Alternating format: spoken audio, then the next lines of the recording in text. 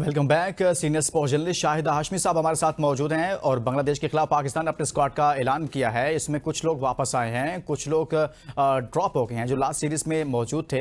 शाहिद साहब, बज़ाहिर तौर पर जब हम इस स्क्वाड पर नजर डालते हैं तो सबसे पहले आपको क्या तासुर मिलता है कि ये कैसा स्क्वाड है?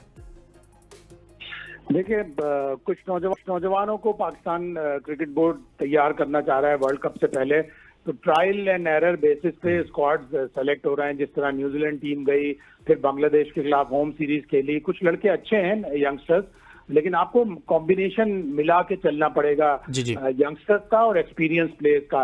एकदम से आपने अपने 3 अहम प्लेयर निकाल दिए और आप पता नहीं आपकी वो T20 स्कीम ऑफ थिंग का हिस्सा भी हैं, वर्ल्ड कप में आप उन्हें खिलाएंगे भी नहीं।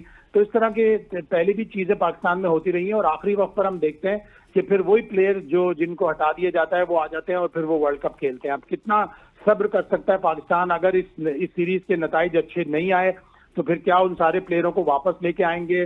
शाहीन शाह अफरीदी इंग्लैंड से आए अपनी कमिटमेंट छोड़कर, उनको ये अंदाजा था कि शायद उनको T20 में चांस मिलेगा, लेकिन उनका टीम में नाम नहीं आया। वो जाहिर हर्ट हुए होंगे। बाबर आजम, मोहम्मद रिजवान, उनको नहीं पता कि वो आया T20 टीम का हिस्सा रहेंगे या आगे भी नहीं इसी तरह चलेगा। तो ट्रायल एंड एरर बेसिस पे कर रहे हैं। कुछ यंगस्टर्स हैं, कुछ ऐसे प्लेयर हैं जिनको होना चाहिए था टीम में नहीं है। जैसे वसीम जूनियर के बारे में हमें इत्तलात मिली थी कि वो फिट हैं, उन्होंने सिनेरियो बेस्ड में मैच में बड़ी अच्छी बॉलिंग की थी, 5 विकेट लिए थे, लेकिन शायद सिलेक्शन कमेटी का भी ख्याल ये है कि वो अभी मुकम्मल तौर पर फिट नहीं हुए। इसी तरह नसीम शाह फिट नहीं है, आरिफ रऊफ इंजर्ड हो गए। तो जो बॉलिंग स्क्वाड है वो तो बहुत ही वीक है।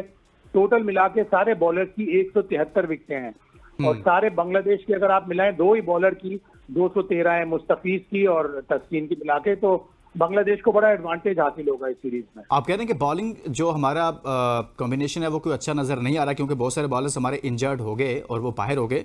लेकिन सर, मोहम्मद नवाज कहां से आगे हैं? कहां पर परफॉर्म किया है? क्या क्राइटेरिया सामने आया है? आपको कुछ समझ में आई हाशमी साहब? देखिए, मोहम्मद नवाज भी हमारा प्लेयर है, अच्छा टैलेंटेड प्लेयर था, काफी उसने क्रिकेट खेली। मुझे याद है एशिया कप में उसने एक बड़ा अच्छा मैच पाकिस्तान को 2022 में जितवाया था भारत के खिलाफ। फिर एक न्यूजीलैंड में ट्राई सीरीज थी 2024 में, वो बड़ा अच्छा मैच जितवाया था। लेकिन अचानक से उनकी परफॉर्मेंस में एक तनज़्ज़ुली आई। पिछले 8 अगर T20 इंटरनेशनल उठा के देखें, उनकी टोटल 3 विकेटें हैं। ना उनके PSL में रन है विकेटें हैं, ना उनका नेशनल T20 में रन है विकेटें हैं। न जाने उनको किस बेसिस पे टीम में दाखिल किया गया है। यही लग सकता है कि चूंकि वो इस्लामाबाद यूनाइटेड से खेलते हैं और उनके वर्क एथिक्स ने, उनकी क्वालिटी ने, उनके टैलेंट ने हसन को मुतासिर किया और हसन ने सोचा हो कि यकीनन इसको मेरे अंडर में खेलना चाहिए तो ये परफॉर्म करेगा। ठीक है, आपने कुछ यंगस्टर्स के साथ इसमें ज्यादती कर दी कि अरफात मिन्हाज को आपने एक ही मैच T20 खिलाकर जिम्बाब्वे का, जिसमें उसने 26 रन बनाए, 4 ओवर में 17 रन दिए, कोई विकेट नहीं मिली, लेकिन बड़ी अच्छी बॉलिंग की। फैसल अकरम को आप लेके आए, उसको आपने हटा दिया। मेहरान मुमताज को अभी तक आपने चांस नहीं दिया। तो वो यंगस्टर करते करते एकदम से आप 31 ईयर्स के प्लेयर को दोबारा वापस ले आए। ये तो पाकिस्तान क्रिकेट बोर्ड अपने ही उस दावे से पीछे हटता हुआ दिखाई देता है कि जैसे वो कहता है कि हमने बाबर को ड्रॉप कर दिया, रिजवान को ड्रॉप कर दिया, इवन के शाहीन शाह अफरीदी को ड्रॉप कर दिया, तो फिर वहां पर आप मोहम्मद नवाज को अचानक से वापस ले आते हैं। जैसे शाहिद हाशमी साहब कह रहे हैं कि इरफात मिन्हास, मेहरान मुमताज, फैसल अकरम जैसे लड़के मौजूद थे, इसके बावजूद ये फैसला कर लिया गया। ये समझ से बालतर हो रहा है। शाहिद हाशमी साहब, शाहीन शाह अफरीदी से मुतल्लिक सवाल रखना चाहता हूँ आपके सामने। बाबर रिजवान को तो ऐसा लगता है कि T20 फॉर्मेट से पाकिस्तान ने अपने प्लान से अभी निकाला हुआ है, जो बाहर तासुर मिल रहा है या जो फैसले सामने आ रहे हैं, लेकिन शाहीन को क्यों शामिल नहीं किया जा रहा? देखिए, बाबर आजम और रिजवान तो पिछले साल साउथ अफ्रीका की जो दिसंबर में सीरीज हुई थी T20, उसके बाद से पाकिस्तान T20 टीम का हिस्सा नहीं है। लेकिन शाहीन अभी मार्च में जो न्यूजीलैंड में 5 मैचों की सीरीज हुई थी उसमें खेले थे। बांग्लादेश की सीरीज से कबल कहा गया कि उनको रेस्ट दिया जा रहा है। अब प्रेस कॉन्फ्रेंस, जो एक बड़ी अजीब और गरीब प्रेस कॉन्फ्रेंस थी, उसमें बताया गया कि बाबर आजम, मोहम्मद रिजवान और शाहीन शाह अफरीदी तो वनडे के प्लेयर हैं, वो T20 के प्लेयर ही नहीं है। यानी कि शाहीन भी फारग हो गए T20 से अभी तक की सूरत हाल में? बिल्कुल ऐसा ही लग रहा है। हालांकि उनका रिकॉर्ड उठा के देखे तो अच्छा है, उन्होंने PSL। हाँ, मैं यही सवाल हाशमी साहब आपके सामने रखना चाहता हूं कि अगर ऐसा फैसला शाहीन, चले बाबर रिजवान का हमें कहीं समझ आता है, थोड़ा सा बैटिंग में दुनिया भर की क्रिकेट बड़ी चेंज हो गई है, लेकिन हमारे पास क्या T20 फॉर्मेट में शाहीन अफरीदी का मुतबादिल मौजूद है इस वक्त? अब देखें, वो सलमान मिर्जा को लेके आए हैं उसी टीम से, लाहौर कलंदर से। उन्होंने इम्प्रेस तो किया था, लेकिन वो यकीनन अभी तक कोई इंटरनेशनल क्रिकेट नहीं खेले। तो शाहीन का नेमुल बदल तो अभी तक आपके पास नहीं है।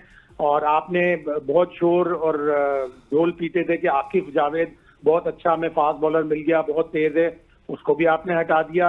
आप बहुत शोर और गौर मचा के जहादात खान बड़ा अच्छा ऑलराउंडर है, उसको भी आपने थोड़े से मैच खिलाकर हटा दिया।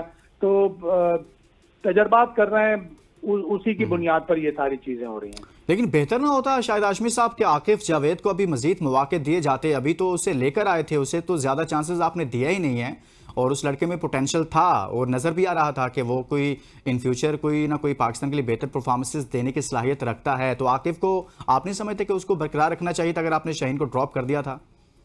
बिल्कुल, उसके पास स्पीड है, उसके पास अच्छी वैरायटी है, लेकिन शायद उन्होंने देखा होगा पीएसएल में मुल्तान सुल्तान ने भी उन्हें 3-4 मैच से ज्यादा नहीं खिलाया, फिर वो इंजर्ड भी हो गए थे, थोड़े रन ज्यादा दिए पीएसएल में, शायद एक ये वजह हो। लेकिन आप इंटरनेशनल क्रिकेट में एक प्लेयर को थोड़े बहुत चांस देकर एकदम से बाहर नहीं कर देते, जबकि आपने खुद ही कहा था कि आकिफ जावेद एक बहुत अच्छा टैलेंट है। सही है सर। मुझे एक और समझ नहीं आई शायद हाशमी साहब, हसन अली अचानक से वापस आए थे टीम में और फिर पीएसएल में भी अच्छा परफॉर्म करके गए थे, लेकिन ये क्या हुआ कि बांग्लादेश के खिलाफ हसन अली को भी टीम का हिस्सा नहीं बनाया गया, स्क्वाड का हिस्सा नहीं बनाया गया? वो तो इंजर्ड भी नहीं, वो तो खेल रहे हैं। उनके बारे में यही कहा जा रहा है कि चूंकि उनकी इंग्लैंड में काउंटी क्रिकेट की कमिटमेंट थी और बांग्लादेश की सीरीज इतनी कुछ बहुत ज्यादा हाई प्रोफाइल सीरीज नहीं है, तो उनको रेस्ट करा दिया गया। तो अब ये इस तरह की चीजें हैं कि आप किसी प्लेयर को काउंटी क्रिकेट की प्रेफरेंस दे रहे हो। तो हसन अली ने अभी बांग्लादेश के खिलाफ बड़ी अच्छी बॉलिंग की थी, और अभी तो आए हैं वो 1 साल 1.25 साल के ले ऑफ के बाद, तो उनको रेगुलर इंटरनेशनल क्रिकेट खिलानी चाहिए, इसलिए कि वो T20 के बड़े अच्छे बॉलर हैं। बल्कि मेरे हिसाब से तो वो ऑल फॉर्मेट के बड़े अच्छे बॉलर हैं, और उनको खिलाकर रिदम में उनको लाना है, इसलिए कि आपने 7-8 महीने के बाद T20 वर्ल्ड कप खेलना है। T20 वर्ल्ड कप खेलना है कुछ अरसे के बाद, फिर उससे पहले एशिया कप भी खेलना है। शाहिद हाशमी साहब, बैटिंग को बॉलिंग पर हमने काफ़ी बात कर लिया क्योंकि वहां पर काफ़ी ज़्यादा चेंजेस आए हैं, और बैटिंग में आप बाबर रिजवान भी नहीं, आपने खुद भी जिक्र किया, प्रेस कॉन्फ्रेंस में भी इस पर बात हुई कि वो तो ओडीआई के प्लेयर हैं, वो नहीं हैं। उनके ना होने के बाद पाकिस्तान का स्क्वाड आपको कैसा नजर आ रहा है कि यही बेहतर हो सकता था या इससे भी कुछ बेहतर हो सकता था अभी तक जो कुछ पाकिस्तान के पास मौजूद है, जो प्लेयर्स, जो नाम, जो लड़के मौजूद हैं?